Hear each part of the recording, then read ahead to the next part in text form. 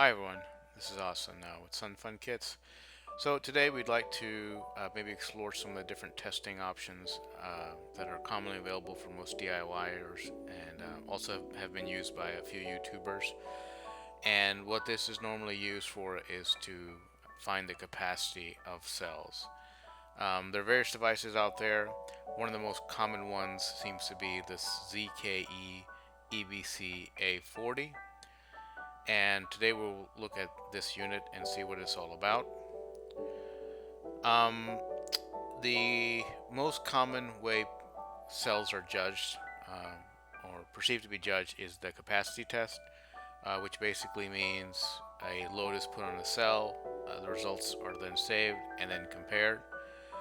So the ZKE EBC-A40 has probes as well as PC software and is able to do 40 amp tests and can test between 0 to 5 volt cells. But when we looked at this unit, there were some issues we sort of saw right off the bat. First, it seems to be using jumper cables for terminals, so we weren't sure how good the connections are going to be. Another thing we found is that it uses 10 gauge wire, and 10 gauge wire is rated for 40 amps. So if you have a higher than 40 amp load, you could be generating some heat. Finally, in the software itself, it only seems to be limited to 60 watts when doing constant power. Alright, so this is how we're going to be measuring battery capacity, which is the industry standard method. We're going to look at the amount of watt hours produced, and then we're divided by the nominal voltage of that chemistry. So watt hours is actually volts times amps, which is what we want to do because the voltage of the battery goes up and down as you use it. In the beginning, when you start charging it, it might only be 10 volts, and then it's going to go up to about 14 volts. So since the voltage is changing, we look at watt hours. Watt hours is a combination of volts as amps as things going are up and down, so it gives us a proper measurement of the energy of a battery. So some people accidentally read the measured current, which ignores the volts, and that is not the capacity. So I want to keep that in mind when we're going to be doing these tests.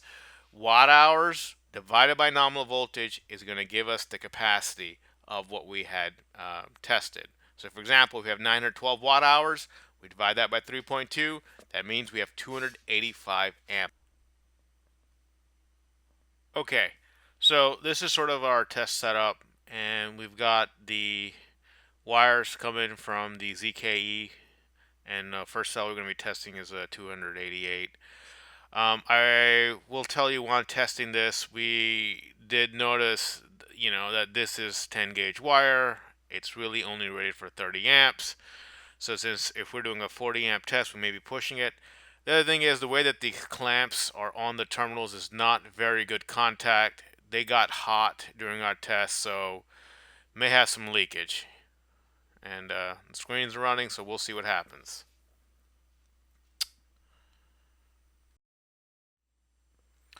Alright, so let's look at the discharge curve of the first cell. So as you can see, it's saying around 278 amp hours, but it's also saying 901 watt hours. So those really don't seem to make any sense. If it's below capacity, then it should also be below watt hours. So now we're going to explain what is going on. Okay, so here we kind of have an overlay of that chart, and we want to say is that what's probably happening, and some people read this incorrectly, is that the software is also not doing a very good job. What the software is saying, measured amps as capacity, and that's not correct. In order to get the capacity of the cell, you have to look at the energy that the cell created and then divide it by the nominal voltage of LFP batteries, which for a single cell is 3.2 volts. So if we take 901.44 divided by 3.2, we get 281.7 amp hours of actual capacity.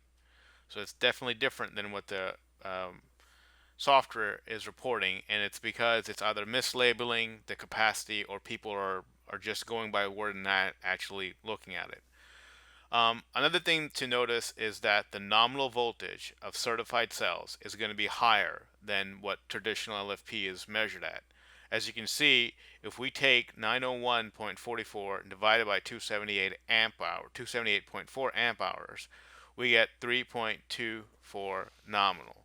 And that's important because it explains that this cell is holding its voltage under load. So most grade B cells are not going to hold 3.24. They're going to be well below 3.2. They could be like 3.15, 3.24. Well, not 3.2, 3.14. It's going to be lower. And if you use this tester, it does do a good job showing you that. And one of the defining characteristics of grade A cells is that they can hold voltage under load. But if you erroneously actually believe, no, 278.4 is the capacity, well, then if you take 278.4, multiply that by 3.2, you will get 890.8 watt hours, which clearly is not right because the machine is telling you that it tested this cell at 901.44 watt hours. So therefore, that label of capacity is actually wrong. That is actually measured amps. You actually have to take the watt hours and divide that by the nominal capacity to get the actual capacity. The other main concern is we do believe we're having leakage here. I think what's happening is with the clamp, a lot of the power, or a significant amount of the power, is actually being wasted as heat, and it's not being measured correctly. So we're going to do some changes, maybe get rid of these alligator clips and go with something a little more robust like 6mm lugs. All right, testing another cell. We did something different. Didn't really get much difference between 30 and 40 amps, but so I don't think wire is as concerning. It could be a potential factor, but here's what we noticed with the way that it clamps on. You just have these little teeth sort of clamping on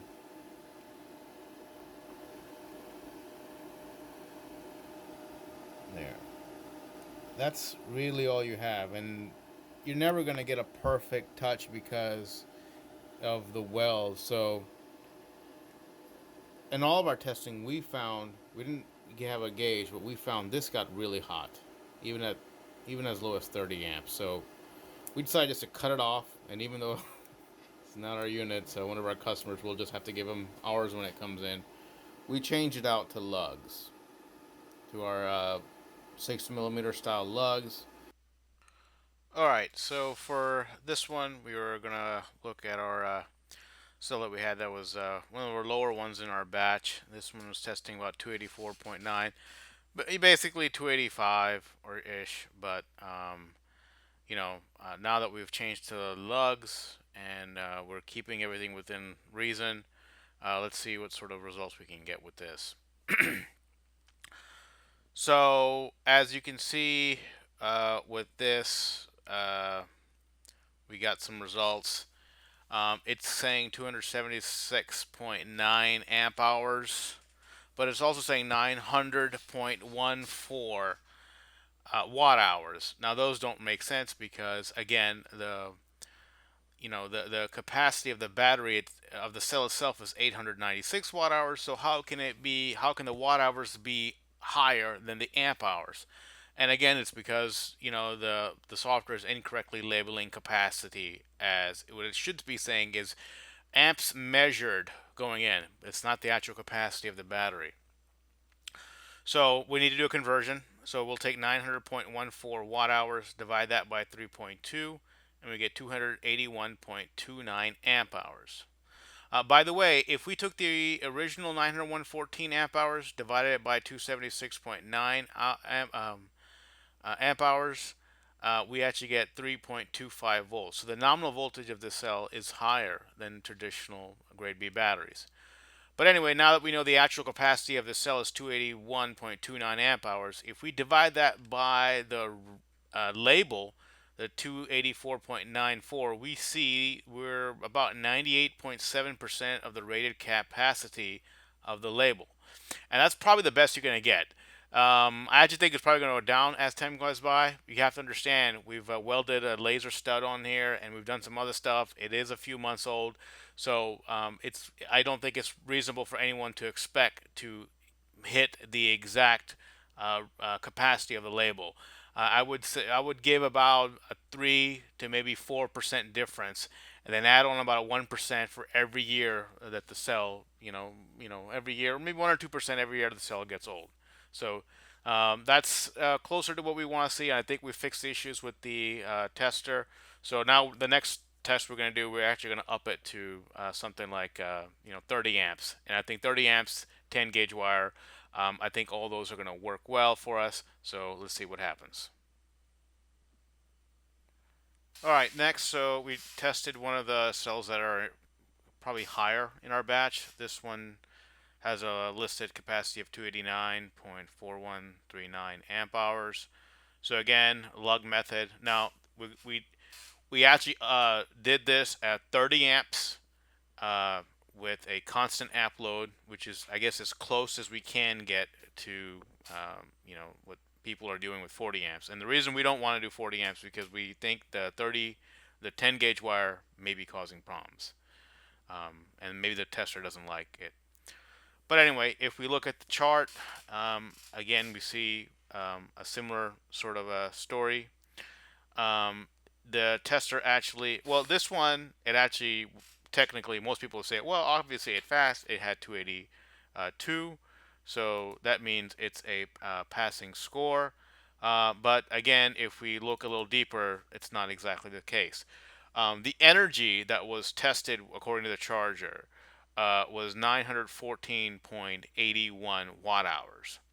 So that means the actual capacity of this cell is 914.81 divided by 3.2. So this cell is actually 285.88 amp hours. And if we then look at the label, we find it's about 98.78% of the rated label capacity. So again, this one sort of similar situation. If you just look at the amps read, it's going to give you a incorrect reading. Now, in this cell's case, the nominal voltage was 3.242. So the software rounds it up to 3.25, but we actually read it as 3.242.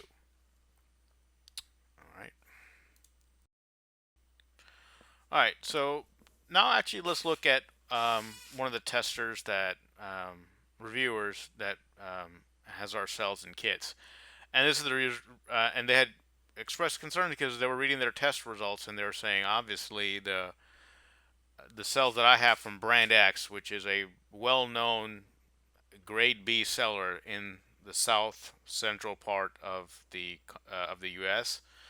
I won't mention names, but I think if anyone does a little bit of research, they can easily find out who they are. So let's actually look at, and this is a screen grab, so it's a little hard to see, but when they were comparing our cells to what they had been previously buying, they had been looking at the capacity only, which, as we have explained, is not really correct. It's really the amps measured. And according to them, they're like, well, clearly the grade B cells that we are getting are superior to the so-called certified automotive grade cells. So why would anyone pay more and get less? And again, if you don't do the calculation correctly, that would seem sense. But let's actually look at what is going on with their tests. So they tested to the grade B cells tested at 281.4 amp hours, and according to the tester, it was 900 watt hours.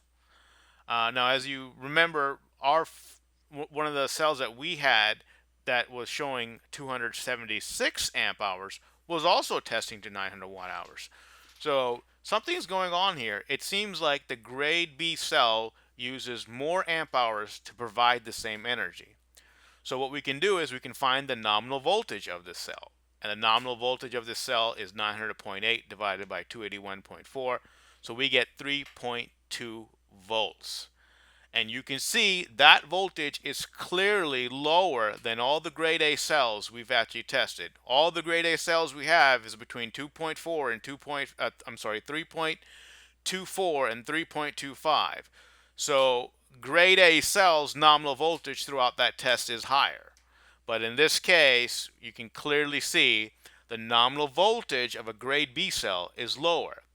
But if we do a real capacity calculation on here, we'll take the measured energy, which is 908 watt hours, divided by the nominal voltage, which is 3.2, and it's 281.5. Now, the thing that to remember here is for grade B, this conversion almost seems mute, and the reason for that is because grade B usually is a lower voltage. So it's in its advantage for grade B sellers to say, look, our amp hour testing is fantastic. We meet capacity. And many people don't realize that they're not actually looking at capacity, they're looking at measured amps. But a good grade B is almost 1-to-1. I mean, it usually is around 3.2. But as we're going to find out, that's not always the case. All right, so this is another very popular DIY lithium iron phosphate and just lithium technology channel. And Lithium Solar actually did one of our very first V1 battery reviews, so we're very grateful that they had reviewed it. But they had tested another seller that's has grade, I wouldn't call it grade B, but it's not exactly grade A. It's somewhere in that weird area where I haven't quite nailed down, but I know when we asked for certification reports for the same type of cells, Eve would not give us that. They would say, we'll give you a report, but it's not a certified report, no case ID, no official Eve seal. So we never actually got these cells with these terminals because we never got the full certified automotive grade report. It was a partial report. But what we actually want to see in here is some of the details of this testing, and there can all actually be seen in this sort of screen grab. So if we look at this here, we see that the measured watt hour of this 4-cell battery is 3,509. And since there are 4 of them, we take 3.2, multiply it by 4, and we get 12.8 volts as the nominal voltage. So if this was measured as a battery pack, you would take the watt hours, divide it by the nominal voltage, and you actually get a capacity of around 274.1 amp hours. But again, many people are going to focus on that 282 and say, oh, look, it's 282 amp hours. That's the capacity. No, that's not the capacity. That is the measured current that the device went in. It's not the capacity because the current is going to vary as you charge. Well, take that back. The watt hours is going to vary as you charge. When you start off, it's going to be low, and the voltage of the battery might be like 12 volt, 10 or 10.5 or 11 volts, and it's going to go up all the way to 14 volts. So it's a variance, which is why we can't use that. And actually, if we look at the nominal voltage of the battery itself, we take 3,509 watt hours divided by 282.4. We're actually getting a 12.425 volts. Now that is lower than what it should be, and that's why these cells are not, I'm not sure what they are. They have a report, but it's not the EVE official report. They're not automotive grade. They're some sort of strange grade. I have not been able to figure out what exactly that this particular cell are selling, but clearly that does not meet the correct nominal voltage. So again, you take the watt hours and you divide that by the nominal voltage. If there's 4 cells, you multiply 3.2 times 4, and you get an actual battery capacity of 274.1. Now, there is one thing that we need you to understand. when you have this wired up with a BMS, you will have more losses than if you were reading it directly off the cell. So I would say add about 1 to 2% or whatever the efficiency loss of the BMS to it. So if this test would have been done directly on the cells, perhaps the cells themselves could have been testing to 275, 276, maybe even 277 amp hours. But that would be the actual capacity. So we have to be fair on this. If we have to apply the same logic that we just applied to our original review that Lithium Solar had done for our battery. And as much as we'd like to say, well, it's a 286 amp hour battery, it's not really the case. This actually is a closer to a 281.3 amp hour battery. And again, we apply the same process. We take the watt hours, divide it by the nominal voltage to get the actual capacity. So these are the 280Ns, and they were certified as well. We didn't put labels back then. We just assumed everyone else was also selling them. And when we realized many people were not selling them, we started adding this type of thing in there. Now, you will notice if we do the same sort of voltage, the nominal voltage, it was 12.58, which is lower. And under load, at a higher load, it will drop a little more. So again, you have to correct for that, which means you must always rely on the measured energy or watt hour of your battery, whether it be a cell or a battery. Always take the measured watt hours, divide that by nominal voltage after your test is completed, and that is going to tell you what your actual capacity is. And again, some people are still going to be disagreeing with that and saying that's not wrong. If you actually take 286.23 and multiply that by the nominal voltage, which is 12.8, you would get 3,663.7 watt hours, which is clearly not correct because even the shunt is telling you that this was measured at 3,601 watt hours. Now, again, just like the previous video of that other vendor that had those batteries with those lugs on, there's going to be a little bit of loss when you're testing through a BMS device. So if you had done the test directly on the cells, we would say your actual capacity would maybe be 282, potentially even 283 amp hours per cell. But again, we're testing this as a whole, so we would get that. But same process, take the watt hours that are measured, divided by the nominal voltage to get the actual capacity of your battery. So we've done our test. We tested 3 cells. This was one of our higher capacity cells. I'm sorry. This was This is probably the lowest capacity cell that we found in our batch. This was one of our higher capacity cells, and this is sort of what was in our sort of in the middle. Usually they're like 287 to 288. This was the test that we did with the clamps, and it tested like 901 watt hours, and we think it has to do because some of the capacity got zapped because of the clamps. These two cells, we did it with the lugs, and we kept it under 30 amps, and I think that got rid of some of the losses because of heat. So they were a little better. Actually, the 284 with lugs tested to about the same energy density as the 288, but this one tested to 914 energy. So clearly, I think changing lugs out and stuff like that made a difference.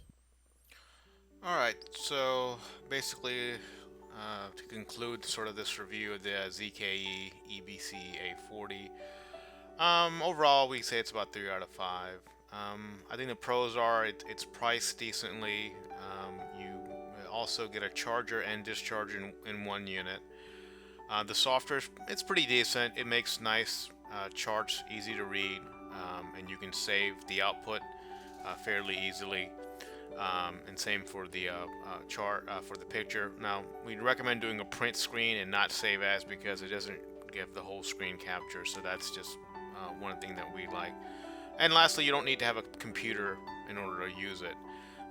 The results may not be perfect, but if you're just doing a discharge or something, it can help because you don't need to have a computer. As for the downsides, again, the amps are being shown as capacity, which is not correct, and that can lead to confusion. Under the constant power, it only is able to do 60 watt, which is not very good. We wish that was a little higher. The alligator clamps just simply should not be used. I would recommend, replacing that with 6mm lugs or whatever you can. They don't make good contact. They're jumper cable clamps. They're really only meant for a small momentary power. And lastly, I would have preferred it have 8-gauge wire. If it's going to be rated as a 40 amp unit, then it should have wire that is rated to handle 40 amps. Now, some people say, well, you can run higher power through it. Yes, but that is probably being turned into heat. And since we're trying to use this as an instrument, we want to have everything within spec.